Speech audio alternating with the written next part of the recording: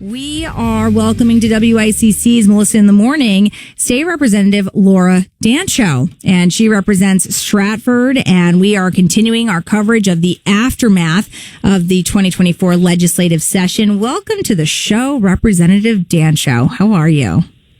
I'm good. Thank you for having me, Melissa. I'm so glad to have How you are here. you? I'm doing good. I'm doing fine. Appreciate it. A little riled up, but it's just another day in paradise, another day in the news world, but Another day in the day. Right, exactly. Just living the dream. So let's talk about some of the, what you felt were the big wins and then maybe some of the big misses of the 2024 session. We like to start with the good over the bad. So let's talk about law enforcement. That was something you felt was very encouraging.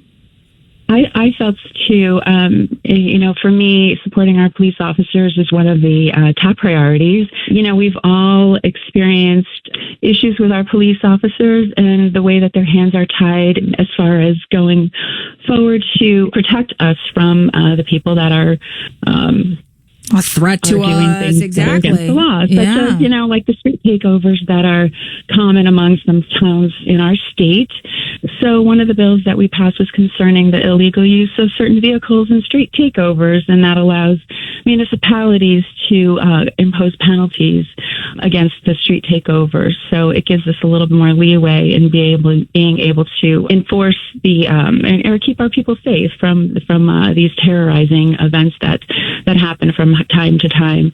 The other thing that we talked about in Hartford was helping our fallen police officers. So we just had a bill signed by the governor a couple days ago that creates a fund for fallen officers and will provide health insurance or health care for the families that are left without their perhaps major home provider. So that was another positive takeaway from the session this past year.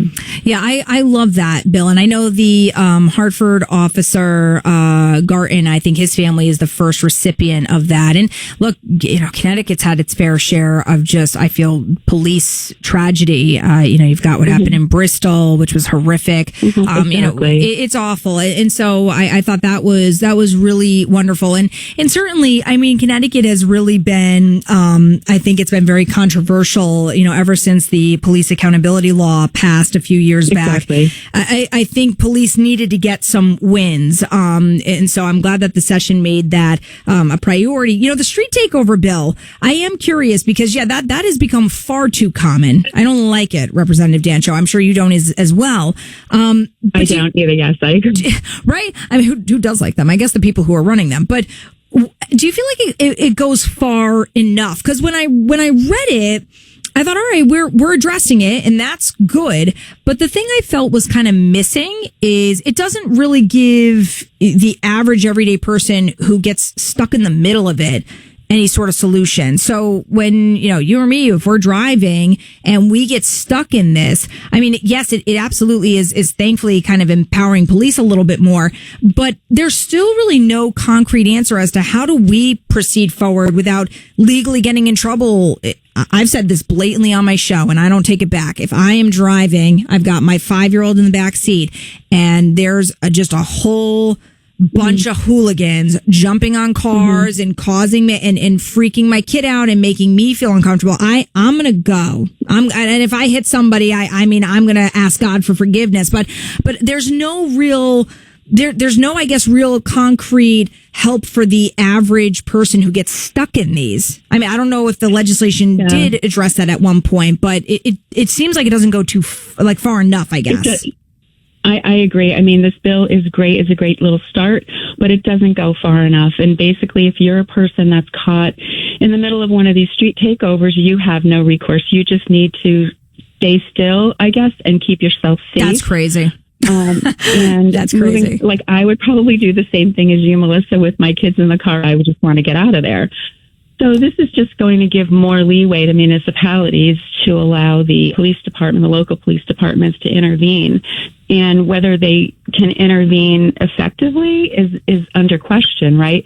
So you still can't really chase these. What this allows is the police officers to impound certain vehicles like an ATV or a mini bike. It doesn't even address vehicles, which vehicles, the small vehicles are a big part of this as well.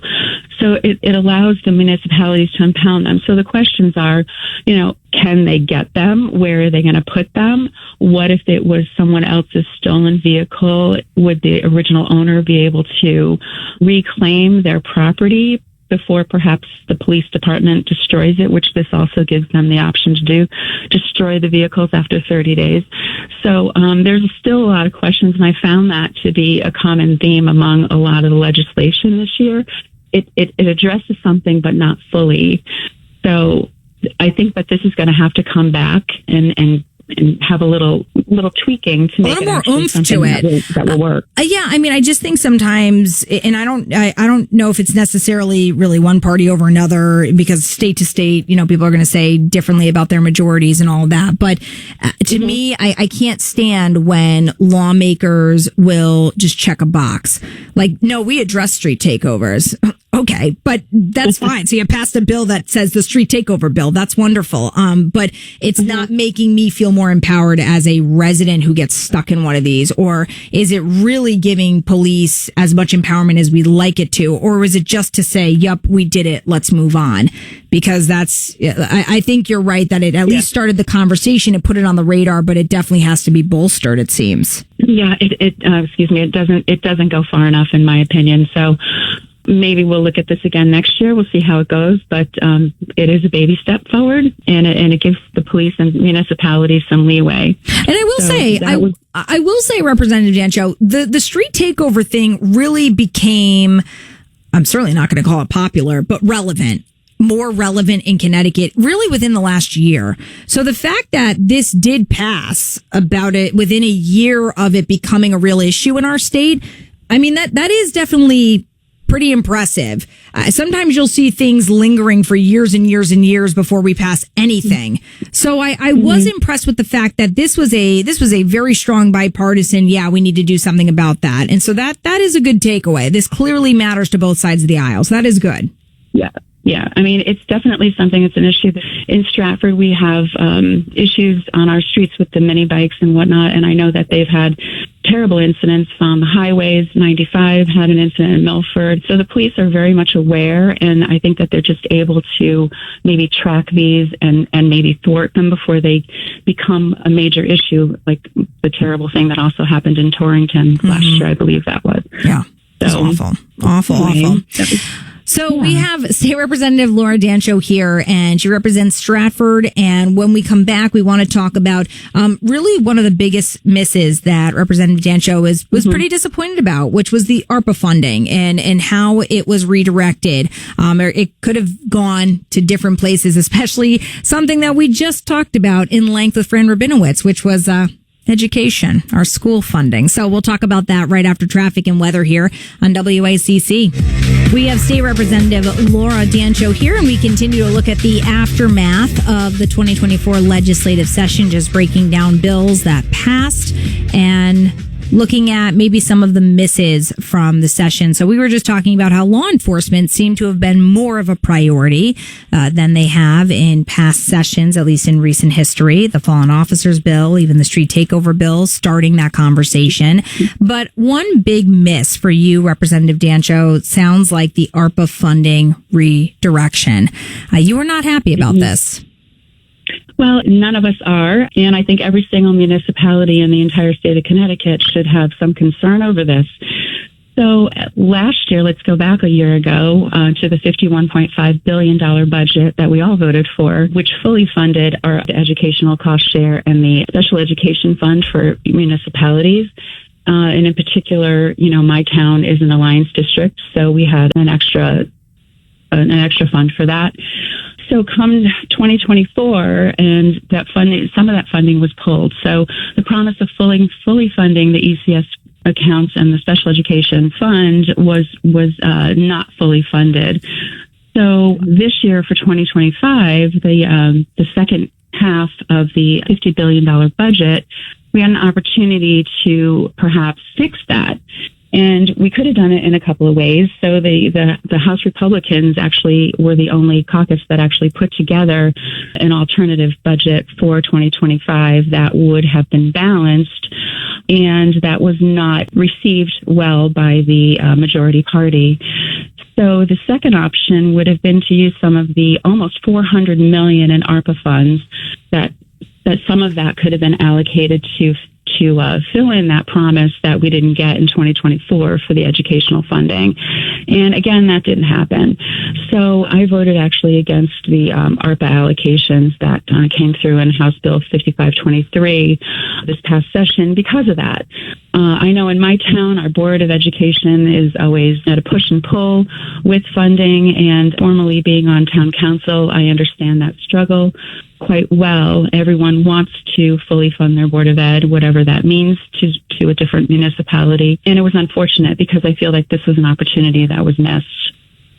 So, Representative Dancho, because obviously it didn't end up going with the changes, is there a time, especially when you look at the early child care crisis that we're in right now? I know we've been really focusing on it here on WICC.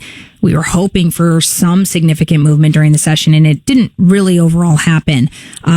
Is there anything that lawmakers could do, especially in the next 3.5 months before the next school year starts, or no, in your opinion? So, being in my freshman year, I know that some of the ARPA funding was used for early childhood care. That was a focus of both parties, as far as I can tell. So, Care for Kids is an example of something that was funded, but the actual K-12 education, the required education that every municipality is by statute required to do, wasn't funded. We funded early childhood, which is great, and we've also most of the money went into higher ed. So the majority party just felt that was more of a priority. So that's where a lot of this money went. I just feel that every municipal Board of Ed was shortchanged this year. Well, we certainly are continuing to follow the story very closely, especially, early childhood. But, as you mentioned, K through 12, we just had Fran Rabinowitz on the show, and she said it felt like we were just completely, not treated as well as we could have been during the session, which is disappointing to hear. So, Representative Dancho, I want to thank you so much for giving us your insight, telling us what's gone on in Hartford in these last few months and what it means for our community. This was great. Thank you, Nate. It is an easy process for me. I was a little nervous this morning. Fantastic. But, just so people know, I was going to say, I've known Representative Dancho because obviously I'm friends with her husband. He's on the show all the time. I was very pleasantly surprised to see your email pop up after the session, and I was very excited. So, great. I'm glad we got to connect on the air. Thank you so much. Thank you. I appreciate having the time with you. Yes, thank you. And you as well. And that is State Representative Laura Dancho here on WICC.